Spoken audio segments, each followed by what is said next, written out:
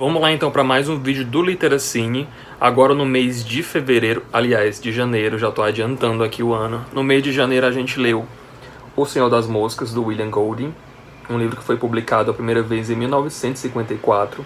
O Golding, que é um autor ganhador do Nobel, e eu estava com muita expectativa para esse livro, eu já tinha na minha estante há bastante tempo. Era um livro que eu queria fazer uma leitura mais detalhada, mais demorada até. Muito embora ele seja um livro curto, eu pretendia fazer isso porque eu já achava que ele fosse ser um livro um pouco mais denso, um pouco mais complicado, mas não. Ele é um livro muito rápido, muito acelerado. É uma história de aventura, então isso faz com que o livro ele passe muito rápido. Do que se trata essa história? Aqui a gente vai ter um grupo de crianças que vivem nessa ilha, né? Elas sobrevivem a um acidente aéreo, e o livro começa já com elas nessa ilha sozinhas, né? Um grupo de crianças sem nenhum adulto próximo. E elas começam a se organizar para tentar sobreviver ali dentro daquele espaço. O intuito delas é fazer com que o resgate seja alcançado, né? Com que alguém venha buscá-los ali. Eles sabem que eles estão numa ilha a esmo ali, não tem uma limitação correta de onde eles estão, e eles sabem que não tem nenhum indício que dê para as outras pessoas que estão no continente de que eles possam estar ali. Então eles criam uma série de artifícios para que isso consiga ser alcançado. A princípio, o que é que eles fazem? Eles se organizam de uma forma que haja uma liderança, né? A princípio a gente tem uma figura que é colocada numa função de chefe, numa função de líder, que é o personagem do Ralph. Mas ele tem um contraponto, que é o personagem do Jack, que ele já é um líder nato, né? Ele chega a primeira cena do Jack, na verdade, ele já tá com um pelotão de crianças, né? Porque ele tem tipo um grupo de amigos, um grupo de, eu diria até de subalternos, né? São pessoas que tratam realmente ele como líder, porque ele tem essa figura muito forte dentro dele, né? A roupa que ele usa no início da história, a posição que ele assume no começo da história e ao longo de toda a história, na verdade, é sim uma posição de líder, e ele tem esse intuito de tomar a liderança do Ralph o tempo todo. No começo acontece uma certa rusga entre os dois para ver quem assume, mas por eleição, por democracia, o Ralph é tido como líder e ele que vai assumir algumas funções ali dentro daquele espaço. A princípio eles também conferem a uma concha que eles encontram dentro de um lago que tem ali próximo, um caráter de fala, né? Quem segura essa concha é quem pode falar, é quem pode perguntar, é quem pode se posicionar. Então sempre que eles estão juntos, eles se utilizam desse equipamento, né, dessa concha, inclusive para poder convocar as outras pessoas que não estão próximo ali à praia, à costa. Então isso é um elo, né, que une todos eles e que faz com que a voz deles sejam ouvidas. E uma outra coisa muito importante na história é que eles delimitam um grupo de pessoas para cuidarem de uma fogueira, porque fazendo a fogueira vai ter fumaça, tendo fumaça é mais provável que alguém passando por ali encontre eles e resgatem essas crianças que estão por ali. Então basicamente é esse o cenário que a gente tem dentro da história, né? Um grupo de crianças que se organizam socialmente, politicamente, para poder sobreviver. É elaborado também um grupo que fica responsável pela comida, né, por caçar, e eles descobrem que tem porcos ali dentro daquele espaço, então eles podem caçar e conseguir alimento dessa forma, além de frutas e outras coisas que eles encontram pelo caminho. Mas algumas questões vão dar errado ali dentro da história, e essa organização ela vai ficar desestruturada, né? Esse alicerce civilizatório, vamos dizer assim, ele vai por água abaixo, porque essas crianças, nesse intuito de serem encontradas, elas acabam se perdendo, mas elas se perdem porque justamente esse caráter humano, esse caráter de civilização vai aos poucos sendo retirado delas por conta de atitudes que elas tomam. Em um dado momento, o atrito entre o Ralph e o Jack vai ser tão grande que vai fazer com que ocorra uma cisão dos dois grupos, e há claramente uma separação do grupo que segue o Ralph e do grupo que vai junto com o Jack. E eles começam a duelar de fato, né? Algumas coisas vão acontecer ali dentro que é muito grotesco, assim, é muito forte realmente. Ainda mais a gente tratar de crianças, né, e colocar esses acontecimentos ali. Mas acontece, né? E eu acho interessante o Golding ter colocado isso dessa forma, porque é um retrato fiel do que acontece na sociedade, no espaço fora da ilha.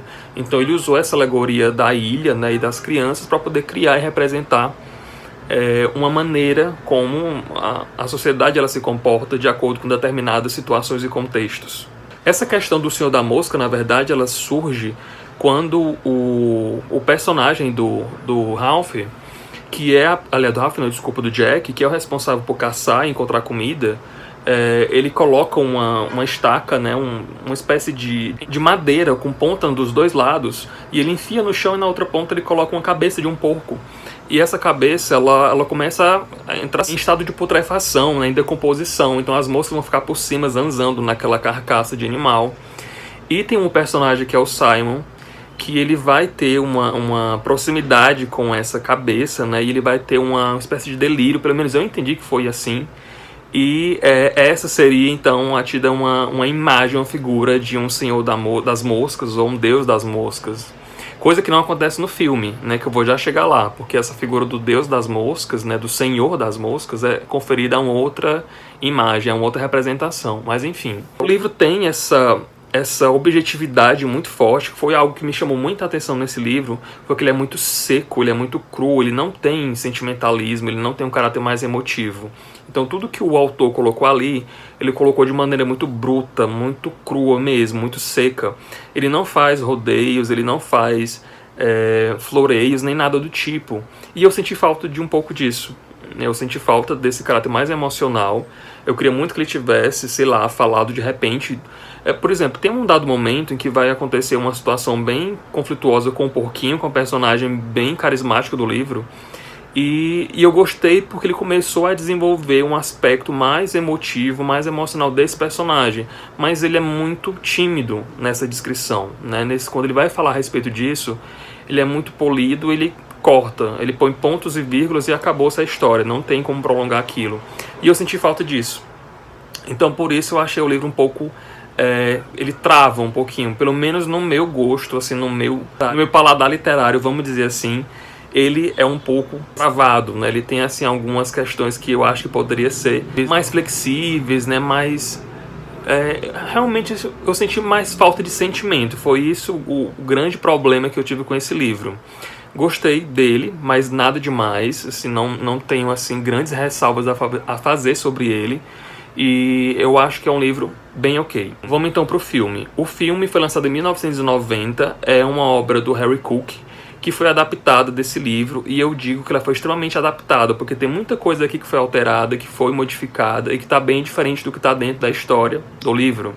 Então muita atenção quando você for assistir esse filme para tentar fazer essas comparações. O plot é basicamente o mesmo, né? Um grupo de crianças que sobrevivem a um acidente e vão sobreviver nessa ilha até serem resgatadas. A grande diferença, na verdade, do filme para o livro é isso que eu falei. Alguns recursos que o autor utiliza funcionam bem no livro, mas no filme o diretor, o roteirista resolveram colocar de outra forma, como por exemplo, existe um adulto o tempo todo com eles na ilha no filme.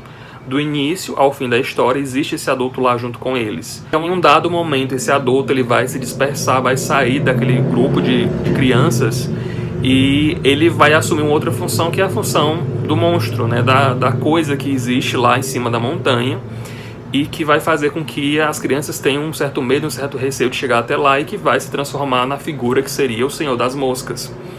Que é uma grande diferença que eu achei do livro com o filme. O filme, eu acho que também por ser uma história de ação, uma aventura, ele tem um ritmo já muito acelerado. A história por si só já é ágil, né? Já tem uma velocidade muito bem diferente do que seria um filme de drama, vamos por assim dizer. Mas ele tem sim esse caráter muito rápido. Isso não é algo que prejudique a história, mas às vezes eu acho que precisaria dar uma desacelerada para poder a gente mastigar melhor um acontecimento, uma coisa ou outra. E eu acho que no filme foi muito atropelado, né? Quando eles chegam na ilha, quando eles vão decidir quem vai ser o líder, é algo muito imediato, assim, não tem uma discussão, não tem uma eleição, né, como acontece lá no livro, né? Tipo, eles já chegam, já escolhem e as coisas já começam a acontecer e é tudo muito rápido. Então, eu tive também esse problema com o filme. Eu acho que não precisaria de tanta pressa, né? A gente tem calma, então, né, para que fazer um filme assim tão às pressas e talvez a história ficar tão solta ou dispersa? Ou alguns pontos que eu acho que deveriam estar lá, mas não estão, ou da forma como estão. Mas eu faço uma ressalva, um ponto positivo desse filme é a cena em que o Porquinho e o Ralph estão conversando porque os óculos do Porquinho foram roubados, né, pelo grupo do Jack. E eu gosto muito do diálogo que eles têm nessa cena, né? Quando o porquinho ele começa a falar, né, das limitações, né? As pessoas não escutam ele, as pessoas não respeitam, as pessoas não dão o devido valor para a figura dele, porque ele tem uma importância fundamental dentro da história, dentro da sobrevivência daquelas crianças que estão ali.